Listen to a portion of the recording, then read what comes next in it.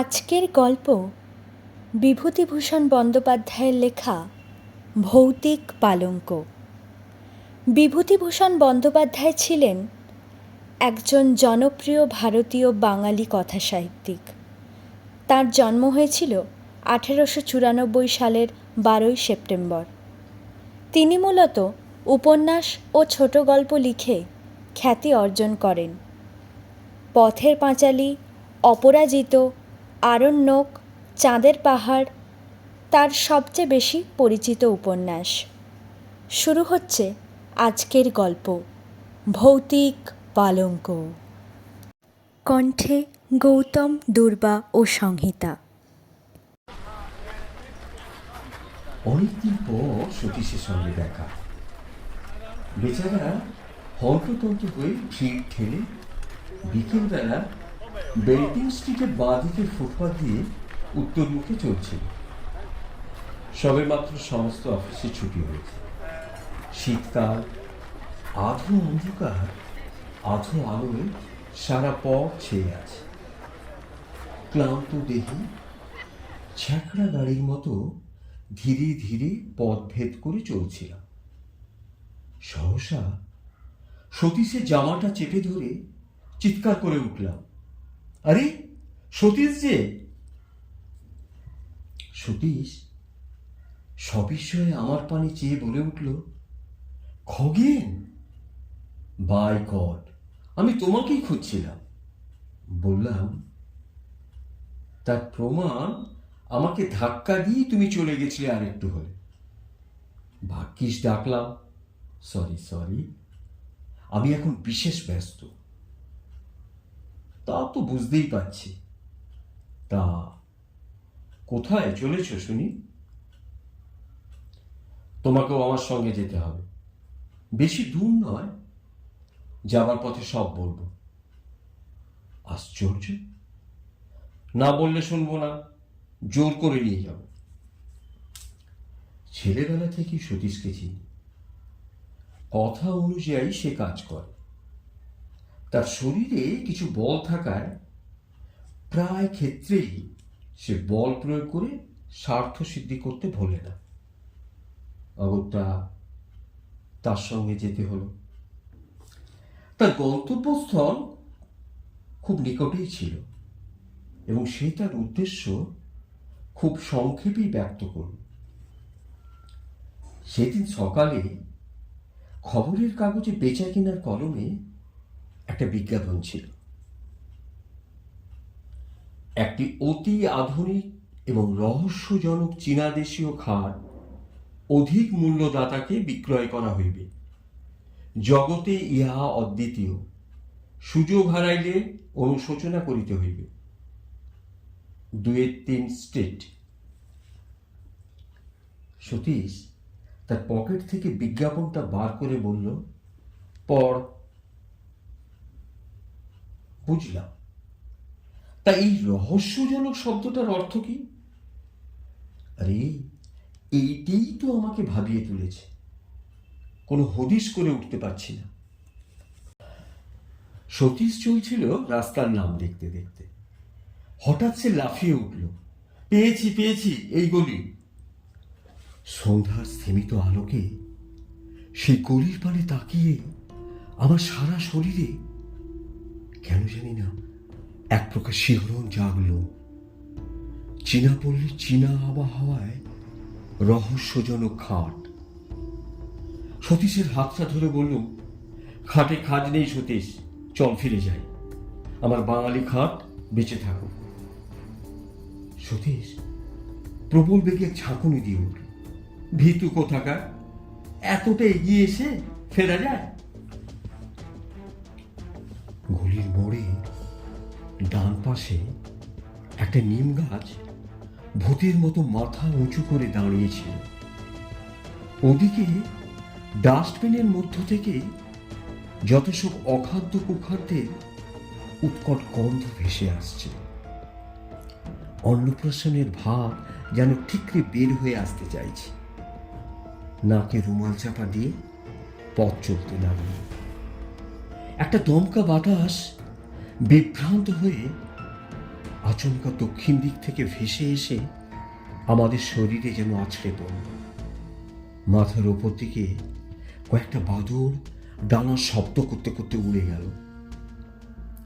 দুটো অভিভাবকহীন কুকুর এই অনধিকার প্রবেশকারীদের দিকে তাকিয়ে বিশ্রী সুরে অভিযোগ জানাতে লাগল। পথে আর জনমানবের চিহ্ন পর্যন্ত ছিল না। পাশে একটা চীনা ডাক্তারের বহু পুরাতন সাইনবোর্ড, তার উপরকার নরকঙ্কালের ছবিটি প্রায় জীর্ণ। কোথা থেকে পিয়ানোর একটা অস্পষ্ট সুর ভেসে আসছে। শীঘ্রই আমরা আমাদের নির্দিষ্ট গৃহে এসে পৌঁছল। অমন বাড়ি আমি আর জীবনে দেখিনি। ইট বার করা, পঙ্কু প্রায়, বহু প্রাচীনকালের সাক্ষ্য নিয়ে দাঁত বের করে দাঁড়িয়ে আছে।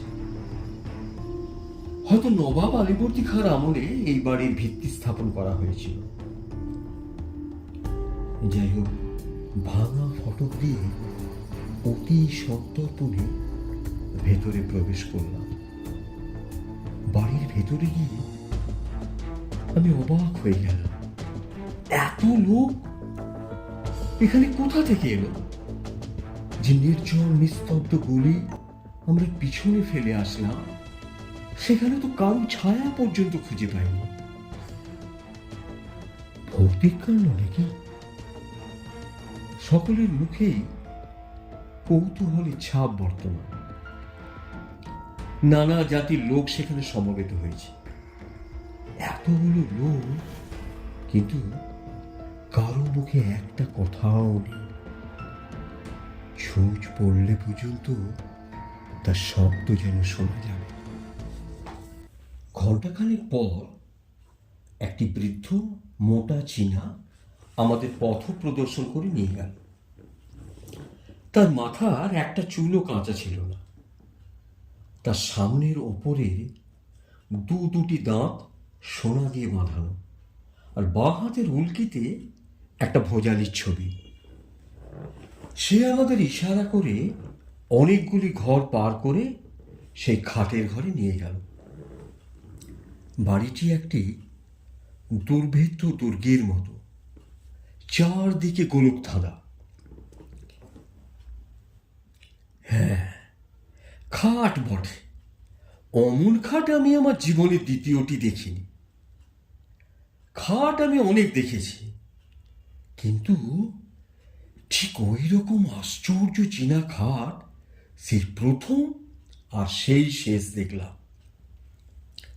কি তার অপূর্ব ভাস্কর্য, কি অপূর্ব কারুকার্য! একপাশে ভগবান বুদ্ধের ধ্যান ও গম্ভীর প্রশান্ত মূর্তি। আয়তনে খাটটি বিশেষ বড় নয়, দুটি মানুষ বেশ আরামেই শুতে পারে।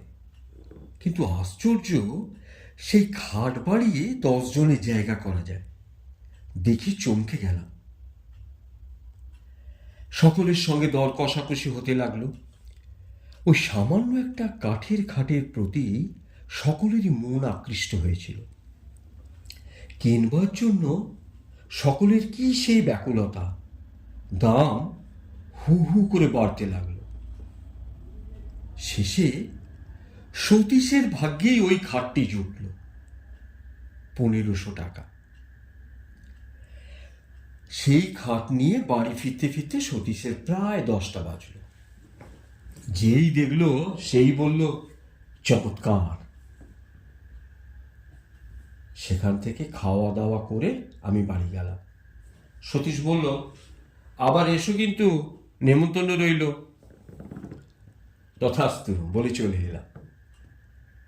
আমি যাবার আগেই পরের দিন সকালে সতীশ এসে হাজির। উস্কো খুস্কো চুল, মুখ শুকনো, চোখ দুটো জবা ফুলের মতো লাল। দুর্ভাবনায়, দুশ্চিন্তায় হয়তো সারা রাত্রি ঘুমই হয়নি। আমি সবিস্ময়ে প্রশ্ন করলাম, আরে ব্যাপার কি?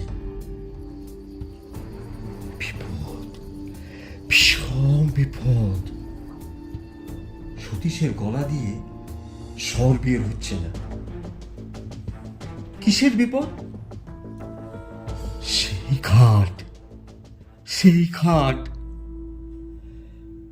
একটা যে কিছু হবে তা আমি আগে থেকেই বুঝতে পেরেছিলাম। কেউ কখনো খাল কেটে কুমির নিয়ে আসে? হাজার হোক, ওটা একটা রহস্যজনক খাট। পূর্বরাত্রের ঘটনা সে সবিস্তরে বর্ণনা করে গেল। সারা রাত্রি সে ঘুমোতে পারেনি। ওই খাটের উপর সে শুয়েছিল। হঠাৎ মধ্যরাত্রে তার মনে হলো কে যেন খাটটা নাড়াচ্ছে। উঠে সুইচ টিপে আলো জেলে দেখল, না, খাট তো ঠিকই আছে। আবার শুয়ে পড়ল, আর খানিক পরই ঘুম ভেঙে গেল। কিসের একটা ভীষণ শব্দে সারা ঘরখানা যেন গম গম গম গম করছে। দেওয়ালের সঙ্গে খাটখানার ভীষণ ঠোকাঠুকি হচ্ছে। ধর্মর করে উঠে ও আলো জ্বাল। না, সব কিছু নিস্তব্ধ, নিথর। কোথাও এতটুকু শব্দ নেই। সে আবার শুয়ে পড়ল। এবার আর আলো নেভাল না। ভোর রাত্রে কার দুর্বোধ্য আর্তকণ্ঠের বিলোপ ধ্বনিতে তার চেতনা ফিরে এল। কে যেন খাটের পাশে ইনিয়ে বিনিয়ে কাঁদছে। আমি বলছিলাম তো তোমায় প্রথমেই, ও খাট কিনে কাজ নেই। যেমন তোমার রোগ, এইবার বোঝো। সতীশ বলল, দেখ খগেন, তোমায় হয়তো বুঝিয়ে বলতে পারবো না। ওই হতভাগা খাটখানার ওপর এমন মায়া লেগে গেছে যে কি বলবো। আমি ওকে ছাড়তে পারবো না কোনো মতে। তবে মর ওই খাট নিয়ে। না, আমি তোমার সাহায্য চাই। আমার সাহায্য? হ্যাঁ, আজ তুমি আমাদের ওখানে রাত্রে খাওয়া দাওয়া করবে। সারা রাত না ঘুমিয়ে খাট পাহারা দেবে। দেখি ওর গলদ কোথায়। আর আমার অফিস? পাগল, কাল যে রোববার। বন্ধুকে সাহায্য করবার জন্য সন্ধ্যাবেলা তাদের বাড়ি গিয়ে হাজির হলাম। সতীশ আমার অপেক্ষায় পথপানে চেয়েছিল। সে সোল্লাসে চিৎকার করে উঠল, সুস্বাগতম, সুস্বাগতম।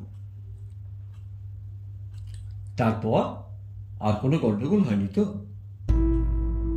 আরে না না, দিনের বেলা গন্ডগোল হবার কথাও নয়। সতীশের মা বললেন, দেখ দেখি বাবা খগেন, এত বলছি, যা বিক্রি করে দে। তা আমার কথা যদিও শুনেছে। খাওয়া দাওয়া সেরে রাত্রি জাগবার সাজ সরঞ্জাম নিয়ে আমরা দুই বন্ধুতে খাটের ঘরে গিয়ে বসলাম।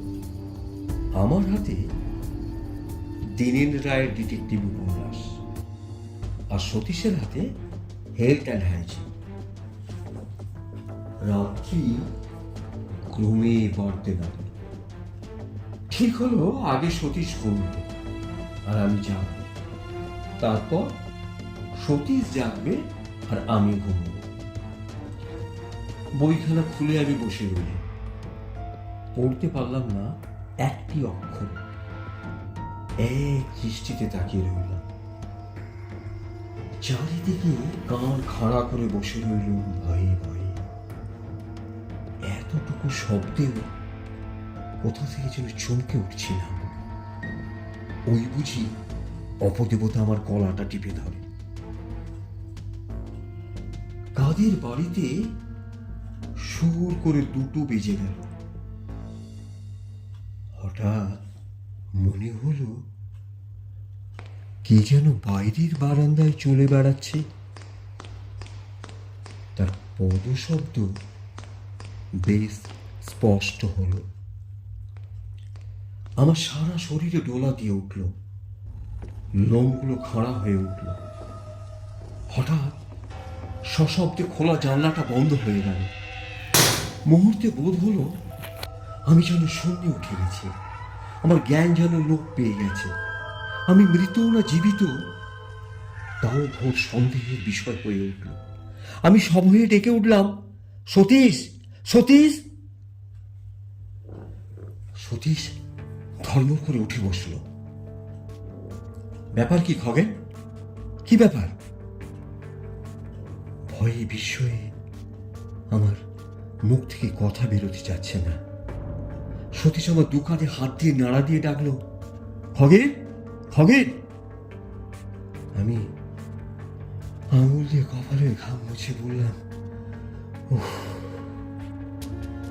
যা ভয় পেয়েছিলাম তা তো বুঝতেই পারছি। যাক, তোমায় আর জাগতে হবে না, তুমি ঘুমো, আমি জেগে আছি। না না, আমার ঘুমিয়েও কাজ নেই, আর তাছাড়া ঘুম আমার হবে না আদৌ। ভীতু কোথাকার।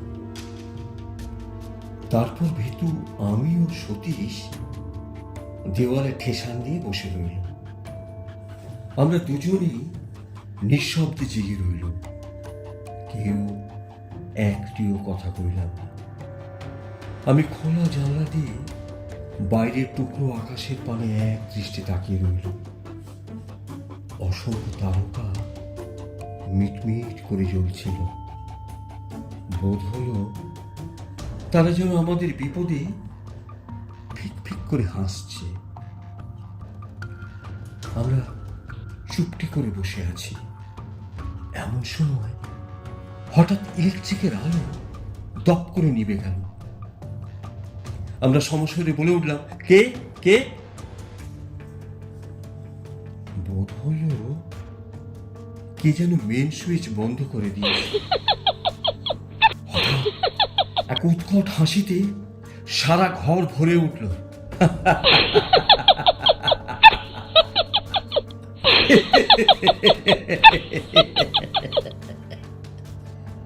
সে কি বিকট হাসি! এমন হাসি আমি জীবনে কাউকে হাসতে দেখিনি। হাসি যেন শেষই হতে চায় না। বোধ হলো কে যেন দরজার ঠিক কাছেই এসে খোল হচ্ছে। আমি শিউরে উঠলাম। সতীশ চট করে টর্চটা দরজার উপরে ফেলল। তাতে হিতে বিপরীত হলো। বোধ হলো কে যেন দরজার ঠিক বিপরীত ধরে জানলাটার পাশে বসে আর্তকণ্ঠে বিনিয়ে বিনিয়ে কাঁদছে। তার কান্নার কোনো ভাষা খুঁজে পেলাম না, কেবল একটা করুণ সুর সারা ঘরময় ঘুরতে ঘুরতে বেড়াতে লাগলো। তারপর সে খাটের উপর গিয়ে সেই করুণ সুর আর নড়ল না। তার কান্নায় যেন খাটটি ভিজে গেল। সেই অবদ্ধ ভাষার সকরুণ বিলোপ ধ্বনি চিত্তে এমন অজ্ঞাত বেদনা সঞ্চার করল, যেন মনে হলো আমাদের শরীরের সমস্ত শক্তি আস্তে আস্তে লোপ পাচ্ছে। মনে হলো কে যেন ক্লোরোফর্ম দিয়ে আমাদের অজ্ঞান করে দিচ্ছে। আমরা যেমন ধীরে ধীরে অচেতন হয়ে পড়লাম। সতীশের সাহসটা ছিল কিছু বেশি, তাই সে খাটের উপর টর্চ ফেলে গর্জে উঠল, কে কে ওখানে? কিছুই দেখা গেল না, কেউ সাড়াও দিল না। সহসা সেই খাটখানা ঘরময় দাপাদাপি শুরু করে দিল। মনে হলো অগণিত নরকঙ্কাল যেন চারদিকে নৃত্য করছে। তারপরে হাড়ের খাটমট খাটমট শব্দে পর্দা ছিঁড়ে যাবার উপক্রম হলো। আমার বুকের ভেতরটা টন টন করতে লাগলো। বোধ হলো হয়তো বুকখানা ভেঙে চুরমার হয়ে যাবে। একটু একটু করে জ্ঞান হারিয়ে গেল। তারপর কোথা দিয়ে যে কি হয়ে গেল তা ঠিক বুঝতে পারলাম না। বোধ হলো আমি যেন অনেক দূরে একটা চিনি বাড়িতে গিয়ে হাজির হয়েছি। একটা ছোট্ট ঘরে তখন সেই গভীর রাতে টিম টিম টিম করে একটা দ্বীপ জ্বলছে। ঘরের মেঝের উপর একটি লোক মুমূর্ষ অবস্থায় পড়ে আছে। একটা ছেঁড়া মাদুরের ওপর তার সেই রোগ পাণ্ডুর মুখখানা দেখে আমার বড় দয়া হলো। রোগী ভুগে ভুগে বেচারা কঙ্কাল সার হয়ে গেছে। তার পাশে বসেছিল তার স্ত্রী হবেই বলে বোধ হচ্ছে। চেহারা কিন্তু তার স্বামী 4 গুণ। একটা মস্ত টুলের উপর বসে সে ঢুলছিল, আর তার পাশেই আমাদের ওই খাটটা দেখে আমি ভীষণ অবাক হয়ে গেলাম। 7 সমুদ্র 13 নদীর পারে এটাকে কে নিয়ে এলো এখানে? হঠাৎ স্ত্রীলোকটা একটা বিকট হাঁ করে হাই তুলল, তারপর দুটো সশব্দ তুড়ি দিয়ে একবার ঘরের চারদিকে চেয়ে দেখল। দেখলাম তার স্বামী ইতিমধ্যে উঠে সেই খাটের দিকে এগিয়ে গেছে চুপি চুপি। চকিতে ক্রুদ্ধ বাঘিনীর মতো তার স্ত্রী তাকে জোর করে খাট থেকে নামিয়ে বিছানা থেকে ফেলে দিল। ভীষণভাবে গর্জন করতে লাগলো, আর তার স্বামী ব্যাকুলভাবে অনুনয় করতে লাগলো ওই খাটের পানে আঙুল দেখিয়ে। বোধ হয় সে চায় ওই খাটে উঠতে, কিন্তু তার স্ত্রী কিছুতেই তাকে উঠতে দেবে না। উত্তেজনায় কাঁচতে কাঁচতে তার মুখ থেকে এক ঝলক রক্ত বেরিয়ে এলো। আমি শিউরে উঠলাম। তারপর লোকটার মাথাটা বিছানায় লুটিয়ে পড়ল। সে আর উঠল না, আর তার স্ত্রী তার পাশে বসে ইনিয়ে বিনিয়ে কাঁদতে লাগলো।